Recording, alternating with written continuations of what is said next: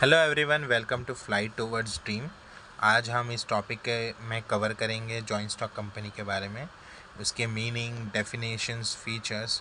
So basically इसके पहले भी हमने एक वीडियो अपलोड किया था इसी चैप्टर पे, तो हमने उस पर पार्ट 1 अपलोड किया था। पार्ट 1 में हमने मीनिंग, डेफिनेशंस और हमने evolution of business organisation cover किया था।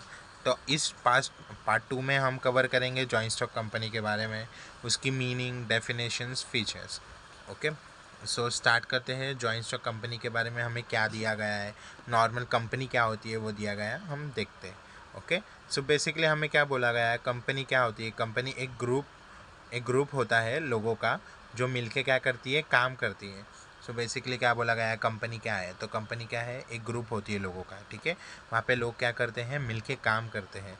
ठीक है, मिलके काम करते हैं का मतलब क्या होता है कि वो बिज़नेस करते हैं या तो कोई कॉमन गोल के लिए काम करते हैं। बिज़नेस करते हैं या फिर क्या करते हैं, कॉमन गोल, जिनका गोल एक ही हो उसके लिए काम करते हैं। उसको क्या बोला जाता है, कंपनी बोला जाता है। ठीक है, यहाँ गोल पैसा कमाना भी हो सकता है या फिर कुछ सोशल काम जैसे charity, education, art, sports etcetera भी हो सकता है। ओके, तो जो यहाँ पर है, यहाँ पर उनका काम क्या हो सकता है, पैसा कमाना भी उनका गोल हो सकता है या फिर कोई चैरिटी के लिए काम करना या कुछ स्पोर्ट्स के लिए, आर्ट के रिगार्डिंग या एंटरटेनमेंट के रिगार्डिंग भी काम करना उनका गोल हो सकता है। ओके, और हम कंपनी बनाने के लिए लोग मिलके क्या करते हैं, पैसा लगाते हैं। ठीक है, उसे क्या कहते हैं, कैपिटल कहते हैं। इसमें क्या होता है कि लोग मिलके जो आते हैं कंपनी ओपन करने के लिए, वही लोग क्या करते हैं, मिलके पैसा लगाते हैं। ठीक है, और उस पैसे को क्या कहा जाता है, कैपिटल कहा जाता है। ओके, तो सिंपल भाषा में कंपनी एक ऐसी वॉलेंटियरी ग्रुप होती है जो मिलके बिजनेस करती है और प्रॉफिट शेयर करती है। ठीक है, सो सिंपल भाषा में बोला गया है तो कंपनी क्या करती है, मिलके बिजनेस करती है और जो भी उसके प्रॉफिट्स होते हैं वो क्या करती है, आपस में मिलके शेयर करती है। ठीक है, तो अभी हम देखेंगे कि जॉइंट स्टॉक कंपनी क्या होता है। ओके, तो ये एक ऐसी कंपनी होती है जो बहुत बड़ा पैसा इकट्ठा कर सकती है बिज़नेस के लिए। मतलब ये एक ऐसी कंपनी होती है कि उनको अगर बिज़नेस के लिए ज़्यादा कैपिटल चाहिए तो वो इकट्ठा कर सकती है, मतलब कैपिटल जमा कर सकती है। उसके बाद क्या दिया गया है, कंपनी का पैसा छोटी छोटी यूनिट में डिवाइड होता है जिसे कहते हैं शेयर्स। कंपनी का जो भी पैसा होता है उसको क्या करते हैं, छोटे छोटे यूनिट्स में डिवाइड करते हैं, उसे हम क्या कहते हैं, शेयर्स कहते हैं। ठीक है, जो बंदा ये शेयर्स खरीदता है उसे हम क्या कहते हैं, शेयर होल्डर्स। जो भी कंपनी का शेयर्स खरीदता है उसे हम क्या कहते हैं, शेयर होल्डर। अगर कंपनी का कोई भी शेयर्स खरीद रहा है तो वो कंपनी का बन जाता है शेयर होल्डर। और शेयर होल्डर क्या होता है, शेयर होल्डर भी ओनर ऑफ द कंपनी होता है। ठीक है, शेयर होल्डर का मतलब वो बंदा कंपनी का थोड़ा पार्ट ओनर बन सकता है। मतलब तो जितना उसके पास यूनिट है, शेयर्स है, उतना पार्ट का वो कंपनी का ओनर हो सकता है। ओके, इसके बाद क्या दिया है, लेकिन डेली का काम शेयर होल्डर नहीं कर सकता है, उसके लिए होते हैं डायरेक्टर्स। अभी जितने भी शेयर होल्डर्स है कंपनी में, अगर 5,000 10,000 शेयर होल्डर्स है तो वो डेली आके कंपनी में काम नहीं कर सकते। तो वो क्या करते हैं, अपने में से किसी एक को सिलेक्ट करते हैं और उसे क्या बनाते हैं, कंपनी का डायरेक्टर बनाते हैं। ओके, और डायरेक्टर को हम बोर्ड ऑफ डायरेक्टर भी कहते हैं। ठीक है, वो क्या करता है, वो पूरे कंपनी का जो काम है वो शेयर होल्डर्स के बिहाफ पे मैनेज करने का काम करता है। ओके, और इसके बाद दिया गया है कि इसके बाद दिया गया है क्या, ये सब मिलके क्या करते हैं, बनाते हैं board of directors. Okay, share holders ही मिलके क्या करते हैं, बोर्ड ऑफ डायरेक्टर बनाते हैं। और जो कंपनी में प्रॉफिट होती है वो क्या करते हैं, आपस में बांटते हैं, शेयर होल्डर्स में बांटते हैं जो भी कंपनी में प्रॉफिट होती है। ठीक है, और जो शेयर होल्डर्स को प्रॉफिट मिलता है उसको कहते हैं डिविडेंड। ओके, सो बेसिकली ये रहा meaning of joint stock company. और अब हम देखेंगे कि जॉइंट स्टॉक कंपनी का हमें डेफिनेशन क्या दिया है। तो देखते हैं, डेफिनेशन में दिया है, according to section 2 subsection 20 of companies act 2013। Company का मतलब है वो कंपनी जो इस एक्ट के अंडर या पहले किसी लॉ के अंडर रजिस्टर हो। ठीक है, अभी इसमें क्या बताया गया है, इसमें बताया गया है कि ऐसी कंपनी जो कंपनीज एक्ट 2013 के अंदर रजिस्टर्ड हो या या फिर कंपनीज एक्ट 2013 के पहले जो भी एक्ट रहा हो उसके अंडर क्या हो, रजिस्टर हो, वैसी कंपनी को हम क्या कहेंगे, joint stock company. So first topic में हमने इसमें मीनिंग डेफिनेशन कवर कर लिया है। अब हम देखेंगे इसके बाद features of joint stock company. अभी हम देखेंगे features of joint stock company. Features क्या क्या दिया गया है। बेसिकली इसमें पहला दिया गया है वॉलेंट्री एसोसिएशन। तो अभी हम देखेंगे कि वॉलेंट्री एसोसिएशन का हमें मीनिंग क्या दिया गया है, कि मतलब क्या होता है वॉलेंट्री एसोसिएशन। सो इसमें बताया गया है कि जॉइंट स्टॉक कंपनी एक वॉलेंट्री ग्रुप होता है जिसमें जो पर्सन्स होते हैं वो खुद से अपनी मर्ज़ी से कंपनी में मेंबर बन सकते हैं या फिर अपने मर्ज़ी से निकल सकते हैं। ये सब कुछ आर्टिकल ऑफ एसोसिएशन के रूल्स के अकॉर्डिंग होता है। ओके, मतलब जिसको भी कंपनी का मेंबर बनना है वो बन सकता है, और किसी को भी मेंबरशिप लीव करना है तो वो खुद से कर सकता है। ठीक है, और ये सब क्या होता है, आर्टिकल ऑफ एसोसिएशन के रूल के अकॉर्डिंग होता है। Okay, so article of association क्या है, ये एक डॉक्यूमेंट होता है कंपनी का जिसमें सारे रूल्स एंड रेगुलेशन लिखे रहते हैं कंपनी के बारे में। ओके, और जो भी मेंबर्स की राइट्स रहेंगे वो भी आर्टिकल ऑफ एसोसिएशन में मेंशन किया रहता है। ओके, सेकंड टॉपिक हम देखेंगे incorporated association. So basically incorporated association में क्या दिया है, इसमें दिया गया है कि जॉइंट स्टॉक कंपनी एक रजिस्टर्ड ग्रुप होती है जो कंपनीज एक्ट के अंडर बनाई जाती है। रजिस्ट्रेशन इसमें क्या है, ज़रूरी होता है। बिना रजिस्ट्रेशन के कंपनी को जॉइंट स्टॉक कंपनी का स्टेटस नहीं मिलता है। जब रजिस्ट्रेशन हो जाता है तभी वो लीगल एक कंपनी का रूप में मानी जाती है। मतलब रजिस्ट्रेशन क्या है, ज़रूरी है कंपनी में। अगर कोई भी कंपनी रजिस्ट्रेशन नहीं होती है तो वो जॉइंट स्टॉक कंपनी नहीं कहलाती है। ओके, अगर उनको जॉइंट स्टॉक कंपनी कहलाना है तो उसको कंपनीज एक्ट के अंदर रजिस्ट्रेशन करना ज़रूरी है। थर्ड हमें दिया गया है सेपरेट लीगल एंटिटी। तो अभी हम देखेंगे सेपरेट लीगल एंटिटी क्या बताया गया है। इसमें बताया गया है कि जॉइंट स्टॉक कंपनी अपनी एक अलग लीगल पहचान होती है। ठीक है, इसमें बताया गया है जॉइंट स्टॉक कंपनी की खुद की एक लीगल अलग से एक पहचान होती है। ये अपने मेंबर्स या डायरेक्टर से अलग होती है। ओके, कंपनी खुद कॉन्ट्रैक्ट कर सकती है, केस कर सकती है और केस फेस भी कर सकती है। इसमें कंपनी अलग होता है, कंपनी के ओनर्स अलग होते हैं, बताया गया है। ठीक है, और सेकेंड और फोर्थ टॉपिक क्या बताया गया, आर्टिफिशियल पर्सन।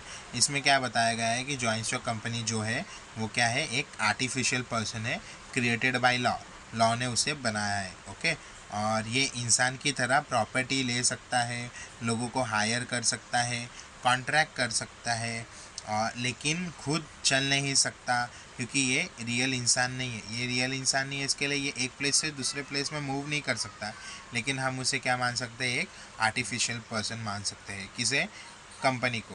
अभी फिफ्थ दिया गया है परपेचुअल सक्सेशन। अभी हम देखते हैं परपेचुअल सक्सेशन को क्या बोला गया है। कंपनी, इसमें बताया गया है कि कंपनी कभी बंद नहीं हो सकती अनलेस एंड अनटिल लॉ के थ्रू उसको वाइंड अप ना किया जाए। ओके, या अगर कोई भी मेंबर का डेथ हो रहा है या कंपनी बैंक करप्ट हो रही है तो भी कंपनी क्या होगी, बंद नहीं होगी जब तक लॉ के थ्रू बंद ना हो तब तक। ओके, लीगली कोई प्रोसीजर के थ्रू बंद ना हो। ओके, इसे कहा जाता है परपेचुअल सक्सेशन। अभी इसके बाद देखेंगे कॉमन सील। बेसिकली हमें बताया गया है कि जॉइंट स्टॉक कंपनी जो है वो क्या है, एक आर्टिफिशियल पर्सन है। ओके, एक रियल पर्सन नहीं है, इसके लिए वो साइन नहीं कर पाती है। इसके लिए इन्होंने क्या किया, कॉमन सील को इन्वेंट किया। ओके, कॉमन सील बेसिकली क्या है, कॉमन सील कंपनी का सिग्नेचर होता है। ठीक है, जहाँ भी कंपनी का सिग्नेचर चाहिए होता है वहाँ पे हम ये कॉमन सील यूज़ करते हैं। ओके, और अभी इसके बाद क्या दिया गया है, 7 पॉइंट दिया गया है लिमिटेड लाइबिलिटी। लिमिटेड लाइबिलिटी का मतलब क्या है, जो भी कंपनी के शेयर होल्डर्स होते हैं उनकी रिस्पॉन्सिबिलिटी सिर्फ उनके इन्वेस्ट किए हुए पैसे तक ही होती है। अगर कंपनी लॉस में चली गई तो उसका पर्सनल पैसा या प्रॉपर्टी नहीं लिया जाएगा। मतलब जो भी कंपनी के शेयर होल्डर्स रहेंगे उनका जितना इन्वेस्ट किया गया पैसा है उतना ही ले सकते हैं। अगर कल के दिन कंपनी को लॉस हो रहा है तो कंपनी शेयर होल्डर्स की प्राइवेट प्रॉपर्टीज़ नहीं ले सकते हैं। ठीक है, इसीलिए इसे कहा गया है लिमिटेड लाइबिलिटी। ओके, मतलब इसमें शेयर होल्डर्स को रिस्क कम होता है। ओके, फिर इसके बाद दिया गया है 8 टॉपिक दिया गया है हमें, separation of ownership and management. Basically इसमें क्या बताया गया है, कंपनी का ओनर होते हैं शेयर होल्डर्स, लेकिन कंपनी को चलाने का काम कौन करता है, बोर्ड ऑफ डायरेक्टर। ओके, क्यों? क्योंकि शेयर होल्डर क्या करते हैं, बहुत ज़्यादा होते हैं, अलग अलग जगह पे होते हैं, शेयर्स बार बार ट्रांसफ़र होते रहते हैं, इसीलिए वो क्या करते हैं, एक बोर्ड ऑफ डायरेक्टर बनाते हैं जो डेली क्या करता है, डेली के डिसीजन लेने में काम करते हैं। ओके, बेसिकली इसमें ये बोला गया है कि जितने भी शेयर होल्डर रहते हैं उसके 3 कारण, there are large in number, मतलब ज़्यादा शेयर होल्डर्स होते हैं तो सबके सब नहीं आ पाएंगे। उसके बाद दे आर स्काटर्ड मतलब कोई एक स्टेट में रहता है, कोई अदर स्टेट में रहता है, कोई आउट ऑफ इंडिया है, तो वो नहीं आ पाएंगे कंपनी में। इस वजह से वो क्या करते हैं, सब मिलके अपने में से एक बोर्ड ऑफ डायरेक्टर बनाते हैं जो कंपनी के सारे मैनेजमेंट में या डिसीजन लेने में हेल्प करता है कंपनी के डेली वर्क के रिगार्डिंग। ओके, उसके बाद हमें दिया गया है ट्रांसफरेबिलिटी में हमें क्या बोला गया है, पब्लिक कंपनी के शेयर्स इजीली बाय और सेल्स कर सकते हैं। ठीक है, शेयर होल्डर जब चाहे अपना शेयर्स बेच सकता है। प्राइवेट कंपनी में शेयर्स फ्रीली ट्रांसफरेबल नहीं होता। ओके, जैसे पब्लिक कंपनी है तो इसमें कोई भी अपना शेयर्स क्या कर सकता है, फ्रीली ट्रांसफ़र कर सकता है, बट प्राइवेट कंपनी जो होती है उसमें जो शेयर्स होता है वो फ्रीली ट्रांसफरेबल नहीं होता है। ओके, अभी हम आगे देखेंगे number of members. Okay, number of members क्या क्या दिया गया है, अभी हम देखते हैं number of members. So basically इसमें क्या बताया गया है कि प्राइवेट लिमिटेड कंपनी में मिनिमम 2 मैक्सिमम 200 मेंबर हो सकते हैं, और जो पब्लिक लिमिटेड कंपनी होती है उसमें मिनिमम 7 मेंबर होना ज़रूरी है, और मैक्सिमम इसमें कोई लिमिट नहीं है। ओके, तो ये रहा हमारा नंबर ऑफ़ मेंबर्स। अभी हम देखेंगे कैपिटल में क्या बताया गया है कि कंपनी बहुत पैसा कलेक्ट कर सकती है। ओके, किससे कलेक्ट कर सकती है, शेयर्स के थ्रू कलेक्ट कर सकती है, डिबेंचर के थ्रू, बैंक से लोन ले सकती है। क्यों? क्योंकि जो मेंबर्स है कंपनी के वो क्या होते हैं, ज़्यादा होते हैं, इसीलिए कैपिटल भी क्या होता है, कंपनी के पास ज़्यादा होती है। ठीक है, और अभी हम लास्ट देखेंगे इसमें पॉइंट जो दिया गया है, गवर्नमेंट कंट्रोल। अभी हम देखेंगे गवर्नमेंट कंट्रोल में क्या बोला गया है, कंपनी को गवर्नमेंट के रूल्स फॉलो करने पड़ते हैं। हर कंपनी का रेगुलेशंस रजिस्ट्रेशंस कंपलसरी होता है। ठीक है, मतलब जो भी हर कंपनी का रजिस्ट्रेशन करना ज़रूरी होता है। ओके, हर कंपनी का रजिस्ट्रेशन ज़रूरी होता है, और कंपनी को अपना प्रॉफिट लॉस का स्टेटमेंट फाइल करना पड़ता है, और कंपनी को क्या जितना भी साल भर में प्रॉफिट हुआ या लॉस हुआ उसका जो है फाइल उसको सबमिट करना पड़ता है। ओके, गवर्नमेंट के पास। तो ये था last point, government control. Okay, so यहाँ से हमने क्या किया है, जो भी features of joint stock company है उसके फीचर्स हमने कवर कर लिए हैं। ओके, अभी हम देखेंगे types of company. So basically types of company में 5 टाइप्स दिया गया है। ओके, सो सबसे पहला दिया गया है on the basis of incorporation. On the basis of incorporation में पहला क्या दिया है, स्टैट्यूटरी कंपनी। दूसरा दिया है रजिस्टर्ड कंपनी। ओके, तो अब हम ये देखेंगे स्टैट्यूटरी कंपनी क्या होती है। बेसिकली स्टैट्यूटरी कंपनी वो होती है जिस कंपनी के लिए अलग से स्पेशल एक्ट पास किया जाता है। ठीक है, सेंट्रल गवर्नमेंट या स्टेट गवर्नमेंट के through. Basically reserve bank of India के लिए होते हैं, state bank of India, unit trust of India, life insurance corporation के लिए, इनके लिए रजिस्ट्रेशन के लिए एक अलग से एक्ट है। इनको कंपनीज एक्ट में रजिस्ट्रेशन करने की ज़रूरत नहीं है। ओके, और सेकेंड दिया गया है रजिस्टर्ड एक्ट। जितने भी कंपनीज एक्ट 2013 में रजिस्टर्ड होते हैं, उस 2013 कंपनीज एक्ट के अंदर रजिस्टर होते हैं, या फिर उसके पहले की जो भी कंपनीज एक्ट थी उसके अंदर रजिस्टर होते हैं, उस कंपनी को रजिस्टर्ड कंपनी कहते हैं। अभी हम देखेंगे बी में क्या दिया गया है, on the basis of number of members के नंबर के हिसाब से अभी हम क्या करेंगे इसमें देखेंगे। सो इसमें क्या दिया गया है, 3 कंपनी दिया गया है बेसिकली। सो फर्स्ट कंपनी जो है वो है प्राइवेट कंपनी, दूसरी कंपनी जो है वो है पब्लिक कंपनी, और तीसरी कंपनी क्या है, 1 person company. Okay, so basically पहला दिया गया है private company. So basically private company को क्या दिया गया है, जो प्राइवेट कंपनी है वो सेक्शन 2 सबसेक्शन 68 के अंडर आती है। ओके, इसमें बेसिकली मिनिमम 2 मेंबर्स चाहिए रहता है, और मैक्सिमम 200 हो सकते हैं, ठीक है। इसमें भी कुछ इम्पॉर्टेंट टॉपिक्स है, इम्पॉर्टेंट रूल्स है जो फॉलो करना ज़रूरी है, ओके।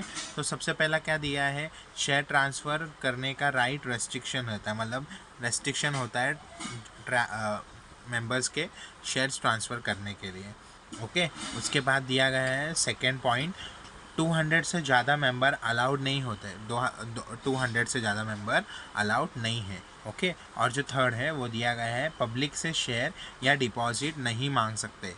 ये प्राइवेट कंपनी में हम पब्लिक को शेयर नहीं दे सकते कंपनी का, और उनसे कोई भी डिपॉजिट नहीं मांग सकते, ओके, ठीक है। नाम का एंड में ही प्राइवेटेड लिमिट लिखना ज़रूरी है। जो भी प्राइवेट कंपनी होती है उसके नाम के एंड में प्राइवेट लिमिटेड लिखना ज़रूरी होता है, ओके। तभी जाके उसकी तभी जाके हमें पता चल सकता है कि वो प्राइवेट कंपनी है या पब्लिक कंपनी, ओके। सो पहला टॉपिक हो गया प्राइवेट कंपनी। अब हम देखेंगे public company. Basically public company में क्या दिया गया है, पब्लिक कंपनी में क्या बताया गया, अकॉर्डिंग टू सेक्शन 2 सबसेक्शन 71 के अंडर क्या आती है, पब्लिक कंपनी आती है, ठीक है। इसमें मिनिमम 7 मेंबर चाहिए होते हैं, मैक्सिमम कोई लिमिट नहीं है, ओके। इसके जो शेयर्स है वो फ्रीली ट्रांसफ़र भी हो सकते हैं। इसमें क्या है, पब्लिक से कैपिटल रेज कर सकते हैं, जो नाम के एंड में बस इसमें लिमिटेड मेंशन होना ज़रूरी है, ओके। ये था हमारा पब्लिक कंपनी। अब हम देखेंगे 1% कंपनी। 1% कंपनी में क्या होता है, बेसिकली 1% कंपनी सेक्शन 2 सबसेक्शन 62 के अंडर आती है। इसमें सिर्फ एक पर्सन होता है जो क्या होता है, मेंबर भी होता है कंपनी का और ओनर भी होता है, ठीक है। इसकी लाइबिलिटी कैसी होती है, लिमिटेड होती है। इसकी लाइबिलिटी कैसी होती है, लिमिटेड होती है, ओके। और नाम के एंड में OPC लिखना ज़रूरी है। OPC का मतलब प्राइवेट लिमिटेड होता है, ठीक है। और इसमें आगे क्या दिया गया है अभी हम वो देखते हैं, ठीक है। एक से ज़्यादा डायरेक्टर हो सकते हैं। एनुअल जनरल मीटिंग की ज़रूरत नहीं है। इसमें क्या हो सकता है, एक से ज़्यादा डायरेक्टर हो सकते हैं, ठीक है, जो मतलब मैनेज करेंगे कंपनी में, बट एनुअल जनरल मीटिंग अगर ना भी करें तो भी चलेगा, ज़रूरत नहीं है, ओके। सो ये रहा हमारा on the basis of number of members, okay, on the basis of number of members. अभी हम आगे का डिस्कस करेंगे, ओके। सो अभी हम पॉइंट देखेंगे on the basis of liabilities of member, okay. इसमें पॉइंट्स दिए गए हैं। सो सबसे पहला पॉइंट दिया गया है company limited by shares. Limited by shares के हम पॉइंट्स देखते हैं। इसमें क्या बोला गया है, सेक्शन 2 सबसेक्शन 22 के अंडर ये आती है, ओके। मेंबर्स की जो लाइबिलिटी होती है सिर्फ उसके शेयर वैल्यू तक ही होती है। अगर कंपनी बंद होती है या लॉस होता है कंपनी को, तो मेंबर सिर्फ उतना ही पैसा देगा जितना उसने शेयर्स में इन्वेस्ट किया है। ये पब्लिक या फिर प्राइवेट दोनों हो सकती है, ओके। और जो भी कंपनी में अगर कंपनी 10 रुपये का शेयर इशू कर रहा है, ओके, तो मैं अगर शेयर होल्डर हूँ कंपनी का तो मैं 10 ही रुपये दूंगा, चाहे कंपनी को लॉस हो या कंपनी बंद होने आए, मुझे उससे फ़र्क नहीं पड़ता। मैं सिर्फ 10 ही रुपये क्या करूँगा, इन्वेस्ट किया हूँ जितना उतना ही पे करूँगा, ओके। और अभी इसमें सेकंड दिया गया है company limited by guarantee. Company limited by guarantee का मतलब क्या होता है, ये क्या आता है, सेक्शन 2 सबसेक्शन 21 के अंडर आती है। ये कंपनीज क्या करती है, शेयर्स कैपिटल ज़रूरी नहीं रखती है, मतलब शेयर कैपिटल रखना इसको ज़रूरी नहीं मानी जाती, वो ऐसी है। मेंबर्स एक फ़िक्स अमाउंट गारंटी करते हैं कि जो कंपनी बंद होने के टाइम पे वो पे करेंगे। इसमें क्या होता है, उनको एग्रीमेंट में लिखा रहता है कि उनको इतना अमाउंट पे करना ही है कंपनी बंद होने के टाइम पे या वाइंडिंग अप के टाइम पे, ठीक है। तो उतना जो भी शेयर होल्डर्स रहते हैं या मेंबर्स रहते हैं उनको वो पे करना ज़रूरी होता है, ओके। इसे कहते हैं हम company limited by guarantee. Third हमें दिया है अनलिमिटेड लाइबिलिटी कंपनी। अभी अनलिमिटेड लाइबिलिटी कंपनी में क्या होता है, अभी हम वो देखते हैं। ये सेक्शन 2 सबसेक्शन 92 के अंडर आता है। इसमें मेंबर्स की लाइबिलिटी जो होती है वो अनलिमिटेड होती है। मतलब अगर कंपनी को लॉस हो रहा है या कर्जा चुकाना है तो मेंबर्स अपने पर्सनल एसेट भी भेज के पेमेंट करेंगे, ओके। अपने पर्सनल एसेट से भी पेमेंट करना पड़ सकता है उन्हें, ओके। और उसके बाद क्या दिया गया है, ये कंपनी प्राइवेट, पब्लिक या 1% कंपनी भी हो सकती है, ओके। इसमें क्या दिया गया है कि जब भी कंपनी को लॉस हो रहा है या जब भी कंपनी को नीड है पैसे की, तो वो क्या कर सकते हैं, अपने शेयर होल्डर से मांग सकते हैं, मेंबर से मांग सकते हैं। ओके, और उस समय उनको देना होता है। अगर कंपनी लॉस कर रही है तो इसमें जो मेंबर्स है वो क्या अपना प्राइवेट प्रॉपर्टी पर भेजना पड़ सकता है। ओके, ये था हमारा on the basis of liabilities of members. अभी हम देखेंगे on the basis of control. Control के हिसाब से दो दिया गया है कंपनीज हमें। बेसिकली एक दिया गया है होल्डिंग कंपनी, दूसरा है सब्सिडरी कंपनी। अभी हम देखेंगे कि होल्डिंग कंपनी क्या होती है। होल्डिंग कंपनी में दिया गया है कि ये सेक्शन 2 सबसेक्शन 46 के अंडर आती है। ओके, ऐसी कंपनी जो किसी दूसरे कंपनी की 50% या 50% से ज़्यादा शेयर होल्ड करता हो, उस कंपनी को हम क्या कहेंगे, होल्डिंग कंपनी कहेंगे। ओके, यहाँ जिसके पास दूसरी कंपनी का ज़्यादा डायरेक्टर अपॉइंट करने का पावर होता है। ओके, जैसे कि अभी होल्डिंग कंपनी है, उसके पास क्या है 50% या मोर देन 51% क्या है दूसरे कंपनी का शेयर है, तो मोस्ट ऑफ द राइट किसके पास होती है, होल्डिंग कंपनी के पास होती है। ओके, सिंपल बोले तो ये दूसरे कंपनी पर कंट्रोल कर सकता है। ओके, दूसरे कंपनी में क्या कर सकता है, कंट्रोल कर सकता है। ओके, इसे कहते हैं होल्डिंग कंपनी। अभी हमें दूसरा दिया गया है सब्सिडरी कंपनी। सब्सिडरी कंपनी क्या होता है, ये सेक्शन 2 सबसेक्शन 87 के अंडर आता है। ये होल्डिंग कंपनी के कंट्रोल में होती है। ओके, ये क्या करती है, ये सब्सिडरी कंपनी होल्डिंग कंपनी के अंडर में होती है। ओके, और होल्डिंग कंपनी के पास इस कंपनी के ज़्यादा शेयर्स या डायरेक्टर अपॉइंट करने की राइट्स होता है। ठीक है, जो भी कंपनी के जितने भी ज़्यादा शेयर्स हो या ज़्यादा डायरेक्टर अपॉइंट करने का राइट किसके पास होता है, ये कंपनी का होल्डिंग कंपनी के पास। ओके, तो ये था on the basis of control. अभी हम देखेंगे ई में क्या दिया गया है, अदर टाइप्स। अदर टाइप्स में हमें 7 टाइप्स दिए। अभी हम इसमें फर्स्ट टाइप देखते हैं। ओके, तो इसमें फर्स्ट दिया है government company. Basically government company क्या होती है वो अभी हम देखते हैं। गवर्नमेंट कंपनी सेक्शन 2 सबसेक्शन 45 के अंडर आती है। ऐसी कंपनी जिसमें 71% या उससे ज़्यादा शेयर्स सरकार के पास होती है, गवर्नमेंट के पास होती है किसी कंपनी की। ओके, उसे हम कहते हैं गवर्नमेंट कंपनी। सरकार सेंट्रल या स्टेट लेवल की हो सकती है, स्टेट गवर्नमेंट भी हो सकती है या फिर सेंट्रल गवर्नमेंट भी हो सकती है। एग्जांपल जैसे कि अभी हमें यहाँ पे दिया गया है Hindustan machine tool limited, steel authority of India limited. In short, जो भी गवर्नमेंट जिस भी कंपनी का शेयर खरीदती है 51% या उससे ज़्यादा का, वो कंपनी गवर्नमेंट कंपनी कहलाती है। ओके, अब हमें दूसरा दिया गया है foreign company. Okay, so basically foreign company section 2 subsection 42 के अंदर आती है। ओके, ऐसी कंपनी जो इंडिया के बाहर रजिस्टर है लेकिन इंडिया में बिजनेस करती है, उसे हम क्या कहते हैं, फॉरेन कंपनी। ओके, जैसे यूएसए का कंपनी है लेकिन वो इंडिया में भी चल रहा है। For example Nestle India, Bata India, Whirlpool, ये सब क्या है, ये सब फॉरेन कंपनीज है लेकिन ये इंडिया में भी चल रही है। ओके, अभी हम थर्ड देखेंगे dormant company. Basically dormant company क्या होती है, ऐसी कंपनी जो फ़िलहाल एक्टिव बिजनेस नहीं कर रही है, फ्यूचर में बिजनेस के लिए रजिस्टर हुई है, ये लास्ट 2 साल से फाइनेंशियल स्टेटमेंट फाइल नहीं किया है। ओके, ये कंपनी अप्लाई करके डोरमेंट स्टेटस ले सकती है। ओके, ये ऐसी कंपनी होती है जो रजिस्टर तो हो चुकी है लेकिन कुछ सालों से क्या कर रही है, बिजनेस नहीं कर रही है, कुछ काम नहीं कर रही है, ये आगे जाके बिजनेस करने वाली है। वैसे कंपनी को क्या कहते हैं, डोरमेंट कंपनी कहते हैं। ओके, और अभी हम फोर्थ देखेंगे लिस्टेड कंपनी। लिस्टेड कंपनी क्या होता है, ये सेक्शन 2 सबसेक्शन 52 के अंडर आता है।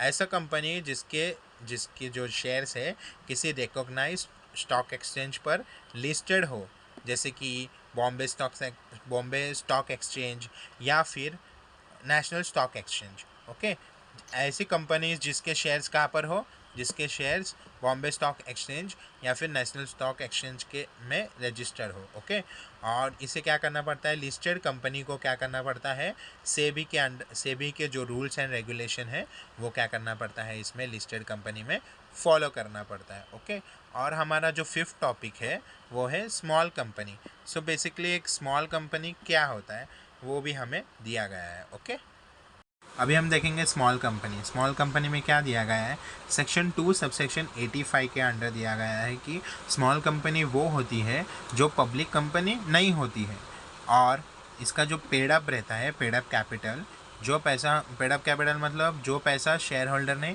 कंपनी में इन्वेस्ट किया है। ओके, तो ये क्या होती है, 50 लाख से ज़्यादा नहीं होती है। ओके, उस कंपनी को हम क्या कह सकते हैं, स्मॉल कंपनी कह सकते हैं। स्मॉल कंपनी मतलब जो भी हम पब्लिक से इन्वेस्टमेंट ले रहे हैं वो 50 लाख से ज़्यादा नहीं होती है। ओके, और इसका जो टर्न ओवर रहता है, टर्न ओवर मतलब टोटल बिजनेस का पैसा। ओके, बिजनेस का पैसा टोटल 2 करोड़ से ज़्यादा नहीं होती है, वैसे कंपनी को हम कहते हैं स्मॉल कंपनी। ओके, सिर्फ प्राइवेट कंपनी, 1% कंपनी या कोई और पब्लिक कंपनी के अलावा वाली कंपनी स्मॉल कंपनी हो सकती है। ठीक है, बेसिकली ये बोला गया है कि ना ही प्राइवेट कंपनी है, ना ही 1% कंपनी है, ना ही पब्लिक कंपनी है। ओके, ये अलग से एक स्मॉल कंपनी है। ओके, इसके बाद दिया गया है हमें six associate company. Basically associate company क्या है, ये सेक्शन 2 सबसेक्शन 6 के अकॉर्डिंग एसोसिएट कंपनी वो होती है जिसमें किसी दूसरे कंपनी का सिग्निफिकेंट इन्फ्लुएंस होता है। ठीक है, अच्छा खासा कंट्रोल होता है किसी दूसरे कंपनी का, बट ये कोई होल्डिंग कंपनी नहीं होती है या फिर कोई दूसरी सब्सिडी कंपनी नहीं होती है। ओके, जितना, लेकिन उतना नहीं जितना एक सब्सिडरी कंपनी में होता है। मतलब सब्सिडरी कंपनी में जो भी मतलब डिसीजंस होते हैं वो कौन लेता है, होल्डिंग कंपनी लेता है, लेकिन इसमें इतना पावर नहीं मिलता है। ओके, सिंपल शब्दों में ये एक ऐसी कंपनी है जिसमें दूसरी कंपनी का थोड़ा बहुत कंट्रोल होता है, लेकिन पूरा कंट्रोल नहीं होता है। ओके, तो ये हो गई हमारी एसोसिएट कंपनी। और जो लास्ट टॉपिक है, लास्ट पॉइंट है इसका, वो है company not for a profit. मतलब ऐसी कंपनी होती है जो प्रॉफिट के लिए नहीं होती है। ओके, वो किस में आती है, अंडर सेक्शन 8 में आती है। प्रॉफिट के लिए नहीं होती मतलब हमने पहले भी देखा था, जैसे कि जो कंपनीज होती है कुछ चैरिटी के लिए काम करती है, education, cultural, sports, science etcetera के लिए काम करती है, उनका गोल प्रॉफिट कमाना नहीं होती है, वैसे कंपनी को हम क्या कहते हैं, कंपनी नॉट फॉर प्रॉफिट। हमने जॉइंट स्टॉक कंपनी का first topic evolution of business organisation हमारे फर्स्ट पार्ट में कवर कर लिया। सेकंड पार्ट में हमने meaning, definition and features of joint stock company, types of company cover कर लिया। तो यहाँ पे हमारा चैप्टर होता है ख़त्म। ओके, सो आपको कैसा लगा ये चैप्टर एक्सप्लेनेशन, ज़रूर कमेंट सेशन में बताना, और वीडियो को लाइक सब्सक्राइब ज़रूर करना। Okay, thank you.